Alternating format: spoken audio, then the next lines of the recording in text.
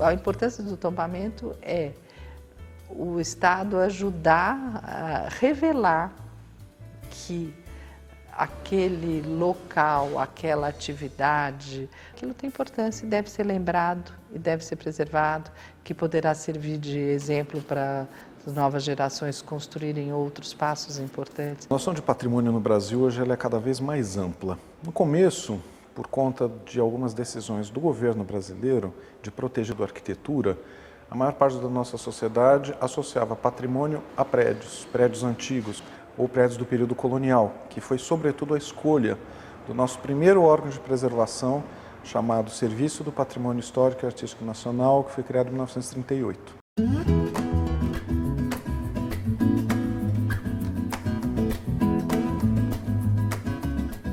A decisão de preservar o patrimônio cabia, no início, sobretudo aos técnicos dos órgãos de preservação. No entanto, hoje, cada vez mais, existe um processo de democratização disso. Por quê?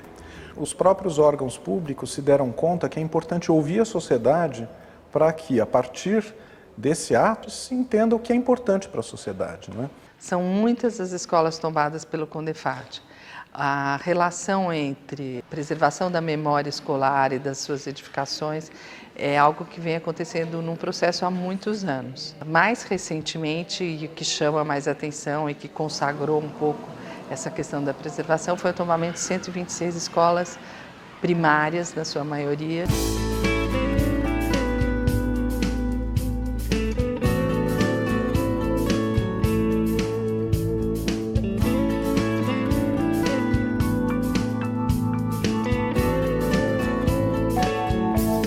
O fato mais emblemático e marcante foi a preservação da Escola Caetano de Campos, na Praça da República, que hoje é a sede da Secretaria da Educação. Essa é a alma mater da educação paulista, porque foi um edifício monumental, construído na nova praça, no novo centro da cidade de São Paulo, para instalar o seu grande projeto de educação.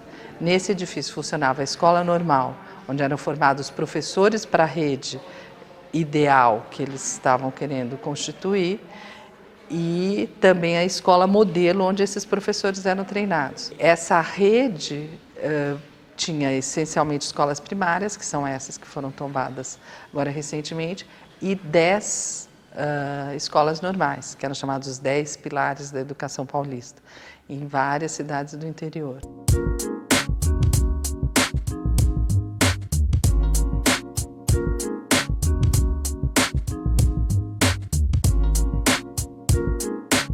Diante dessa decisão, todas essas gerações que haviam passado por lá se mobilizaram com muita rapidez e eficiência, mesmo porque eram pessoas muito bem formadas e que estavam proeminentes na sociedade de São Paulo, então ligados à televisão, ligados à imprensa, à advocacia, e pediram tombamento ao CONDEFAT, que era um órgão bem recente ainda na época. O tombamento, ele é um ato jurídico, Então, só para simplificar, quando se tomba alguma coisa, aquilo é representativo para todo mundo de um determinado lugar, seja do estado ou da cidade, dependendo do nível em que acontecer esse tombamento.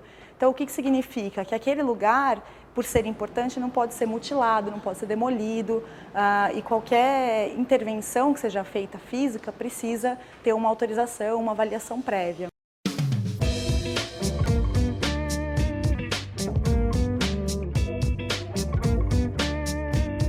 A escola é um dos corações de uma cidade, Por quê? Porque ela é um lugar de fluxo de gerações, que passam por ali, aprendem uma parte importante do conhecimento que vai construir suas vidas. E nesse sentido, não é preservar a escola e o patrimônio escolar, é preservar a história de um bairro, a história de uma cidade. No caso de Pirassununga, o prédio pegou fogo. Estava mal conservado e pegou fogo numa noite.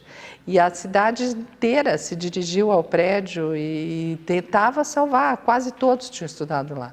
E jogavam móveis pela janela, livros, cadeiras, tentaram fazer o máximo. A recuperação física desse prédio foi também solicitada ao CONDEFAT. Por coincidência, era um ex-aluno, que era um arquiteto com formação em restauração, E ele se deslocou, veio trabalhar no CONDEFAT para fazer essa restauração. Estes casos estavam na memória recente do CONDEFAT, no momento em que o órgão começou a crescer também. Foi uma iniciativa do próprio CONDEFAT reunir-se com a Secretaria de Educação para identificar mais prédios dessa rede importante que havia sido feita e estudar formas de preservação.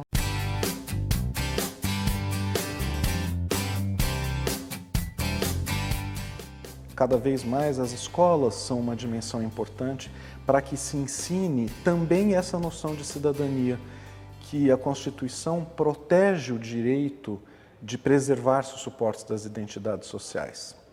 A escola tem que ensinar também essa responsabilidade que é do Estado, mas que é de cada um de nós. Nós temos que exigir a preservação daquilo que nos identifica. Hoje no Brasil muito se fala, na criação do patrimônio material e nas diferenças que haveria entre o patrimônio material e o patrimônio imaterial. O patrimônio material são as coisas, isto é, aquilo que é possível tocar.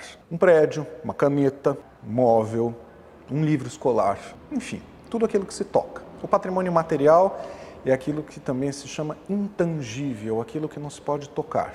Uma dança, uma cantiga de ninar, um sotaque, saber fazer um prato de culinária, uma expressão teatral, isto é, o patrimônio material é esta situação que se atualiza todos os dias, que não deixa necessariamente um objeto, um artefato. Sobre o patrimônio material na escola, eu acho muito importante que cada um identifique dentro da sua própria comunidade e também dentro da escola aquilo que é mais importante na sua prática do cotidiano. Então, se aquela festa que acontece na escola, ou a festa que acontece na vizinhança, ou uma pessoa, a mãe ou a avó de alguém que sabe fazer um bolo que marcou a história daquele lugar, for muito importante para essa comunidade, isso pode ser considerado patrimônio imaterial. Então, é importante que nas escolas as pessoas conheçam o seu entorno para também trazer essas práticas para dentro da escola, porque todo conhecimento de comunidade é conhecimento também que compete à escola discutir e saber um pouco mais.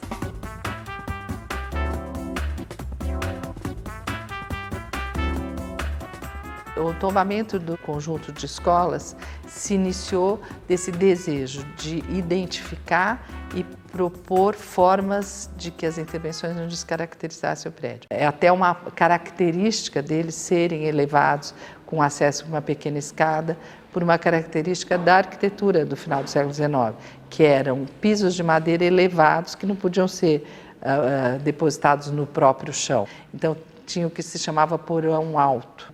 Esses porões, nós nos abrimos a permitir que eles sejam utilizados. Com frequência, na maioria das escolas, houve um rebaixamento e se coloca laboratório, salas de menor permanência, e a acessibilidade está aí cobrando que se façam acessos por rampas. O papel do CONDEFAT nessa aprovação ou não é que isso se faça com menos agressão para a característica original do edifício, que é importante preservar.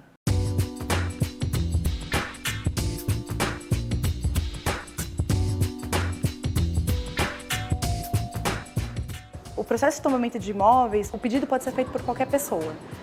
Então, qualquer cidadão que identifique algum lugar que pense que é importante, é só fazer uma fotografia, reunir algumas informações sobre esse lugar e dar entrada aqui na secretaria. Vai ser feita uma avaliação sobre esse pedido por técnicos que trabalham aqui, como eu. Isso vai ser submetido ao conselho. E aí é o conselho, essas 26 pessoas, é que vão decidir se isso vale ser tombado ou não. Os critérios para acontecer o tombamento são variáveis. Mas geralmente é o estado de conservação do bem, qual é a relação que tem com a história do lugar em que está sendo solicitado, qual é a importância para o Estado, para a economia, para a história, para as artes plásticas, enfim, depende. O tombamento das escolas, principalmente nas cidades do interior, confere um reconhecimento de dignidade. Aqueles alunos que fizeram só o primário, mas que estão em outra atividade, que são adultos, de repente eles veem aquele prédio recuperado, eles se reconhecem, puxa, isso tem valor, é onde eu estudei, é onde eu aprendi a fazer conta, onde eu aprendi a ler. Eu acho que é muito importante.